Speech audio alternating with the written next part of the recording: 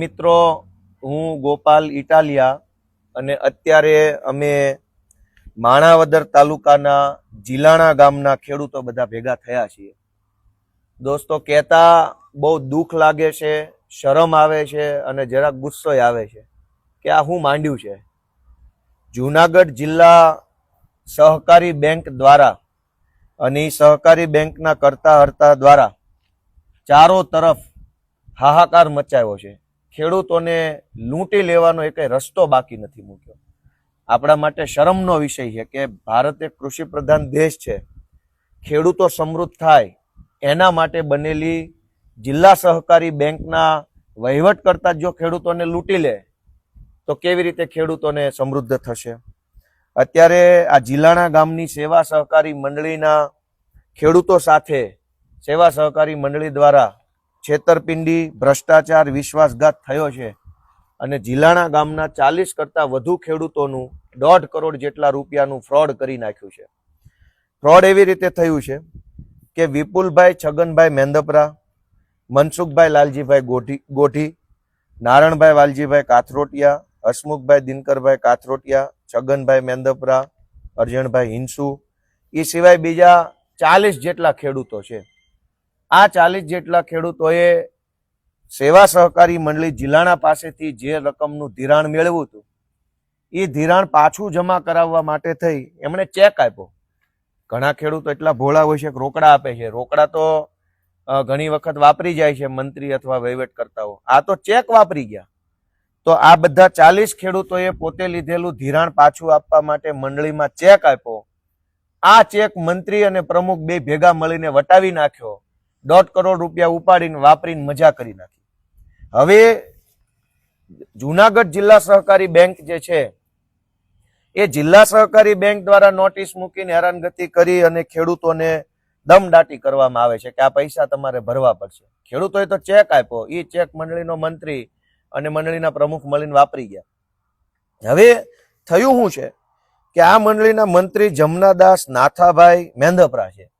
મેંદપરા ગામના વ્યક્તિ છે, એ મંત્રી છે. આ મંત્રીએ પૈસા વાપરી નાખ્યા ને આ મંત્રીને કિરીટ પટેલ બચાવે છે. કિરીટ પટેલ જુનાગઢ જિલ્લા સહકારી બેંકના ચેરમેન છે.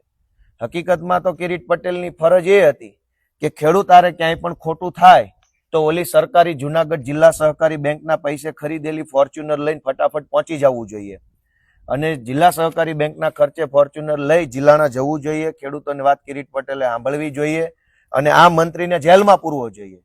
એના બદલે ખેડૂતોનું 1.5 કરોડનું કરી નાખનાર કૌભાંડીને આ જુનાગઢ જિલ્લા સહકારી બેંકના કિરીટ પટેલ છાવરે છે આડકતરી રીતે. FIR નથી થતી. ખેડૂતના પૈસા 1.5 કરોડનું બૂચ એક મંડળીના મંત્રીએ મારી દીધું. દોસ્તો, આની ફરિયાદ ક્યાં કરવી?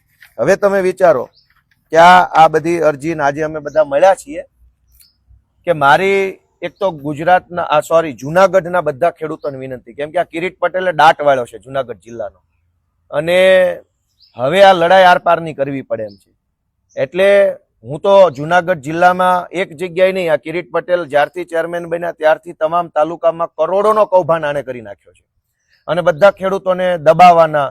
કિરીટના પાગ્યા છે એ દાદાગીરી કરી જાય, પોલીસ વાળા દાદાગીરી કરી જાય, માથાભારે માણસો ખેડૂતને દબે.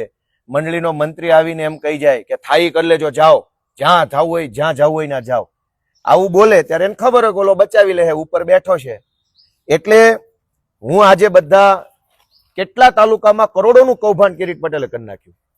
તો મેંદરડા, માણાવદર, વંથલી, કેશોદ, ગીર ગઢડા, તાલાળા, વિસાવદર, ભેસાણ અને જે કઈ બીજો તાલુકો બાકી રહી ગયો, આ બધા તાલુકાના ખેડૂતો સાથે કરોડો રૂપિયાનો ફ્રોડ, છેતરપિંડી, ભ્રષ્ટાચાર, કૌભાંડ કિરીટ પટેલના કાર્યકાળમાં જુનાગઢ જિલ્લા સહકારી બેંકમાં થયું છે. અને એટલે હું હવે એક ધરતીપુત્ર તરીકે, ખેડૂતના દીકરા તરીકે, આ કાઠિયાવાડના દીકરા તરીકે આ તમામ તાલુકાના ખેડૂતોને વિનંતી કરું છું, ડર્યા વગર સામે આવો, અમને બધી રજૂઆત કરો. અમારા આગેવાન ભાઈ શ્રી રાજુભાઈ બોરખતરિયા છે. રાજુભાઈ, તમારો નંબર એક વખત બોલો તો તમે. 9913 બોલો બોલો. 9913 869622. ફરીથી બોલો. 9913 869622. આ જુનાગઢ જિલ્લા સહકારી બેંકના કૌભાંડનો ભોગ જે કઈ ખેડૂતો બન્યા હોય, કોઈ પણ જ્ઞાતિ, કોઈ પણ ગામ, મેં જે તાલુકા ગીર સોમનાથ જિલ્લાના જે તાલુકા અને જુનાગઢ જિલ્લાના જે તાલુકા ગણાવ્યા એ તમામ તાલુકાના ખેડૂતોને મારી નમ્ર અપીલ છે કે અમારી ટીમનો સંપર્ક કરો, અમારા રાજુભાઈ બોરખતરિયાનો સંપર્ક કરો. જેટલા ખેડૂતો સાથે જુનાગઢ જિલ્લા સહકારી બેંક દ્વારા કૌભાંડ કરવામાં આવ્યું છે એ બધા ખેડૂતોને સાથે રાખીને જે લડાઈ લડવી પડે, એ રોડ રસ્તાની લડાઈ, સંમેલન કરવું પડે, હાઈકોર્ટમાં જવું પડે, કોર્ટમાં જવું પડે કે કિરીટ પટેલની ઉપર FIR કરાવવી પડે, એ લડાઈ લડવા માટે હવે અમે તૈયાર છે. કેમ કે જોવાતું નથી.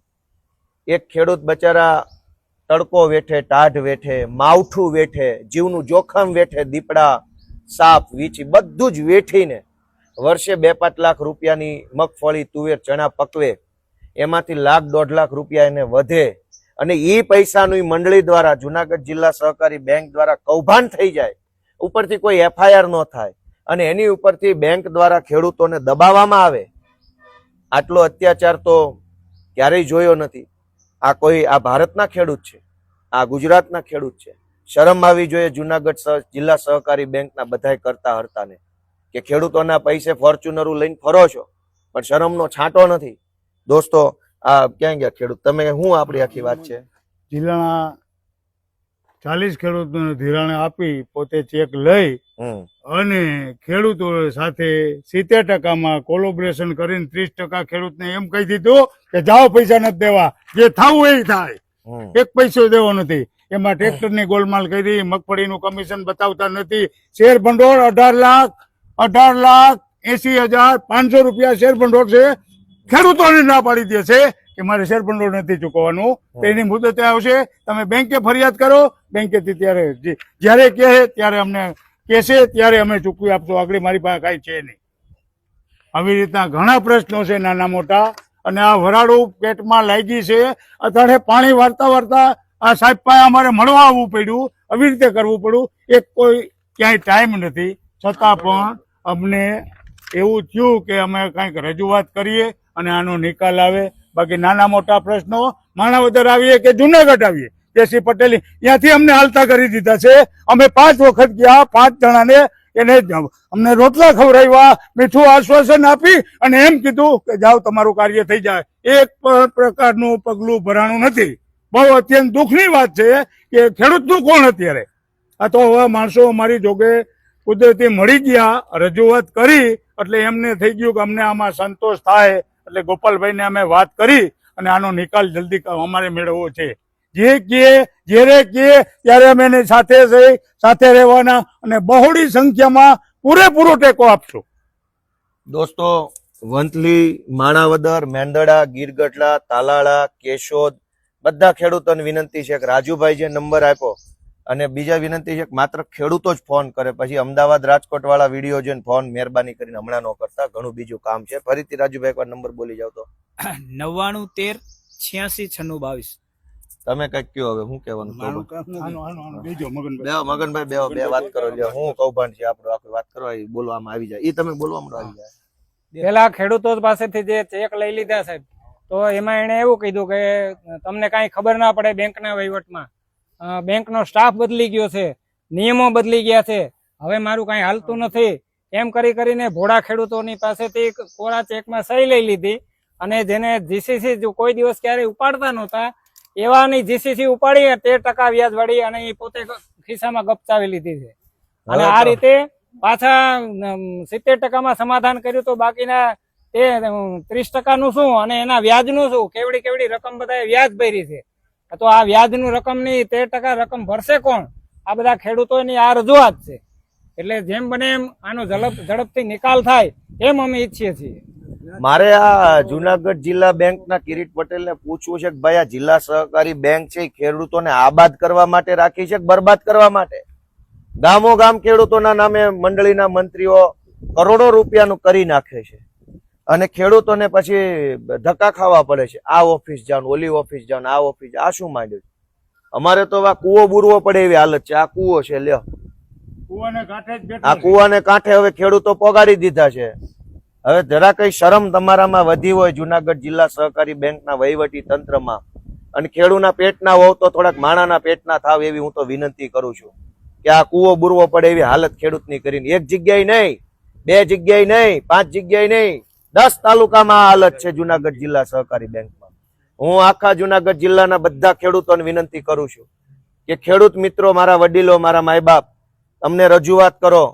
રાજુભાઈનો નંબર આપ્યો છે, આમ આદમી પાર્ટીના કાર્યકર્તા તમારા વિસ્તારમાં એનો સંપર્ક કરો, એ મને મળાવશે. આપણે બધા ભેગા મળીને મોટી લડત ચલાવીએ અને જેટલા ખેડૂતારે ન્યાય અત્યાચાર થયો છે એ બધાને ન્યાય અપાવવાની કામ કરીએ.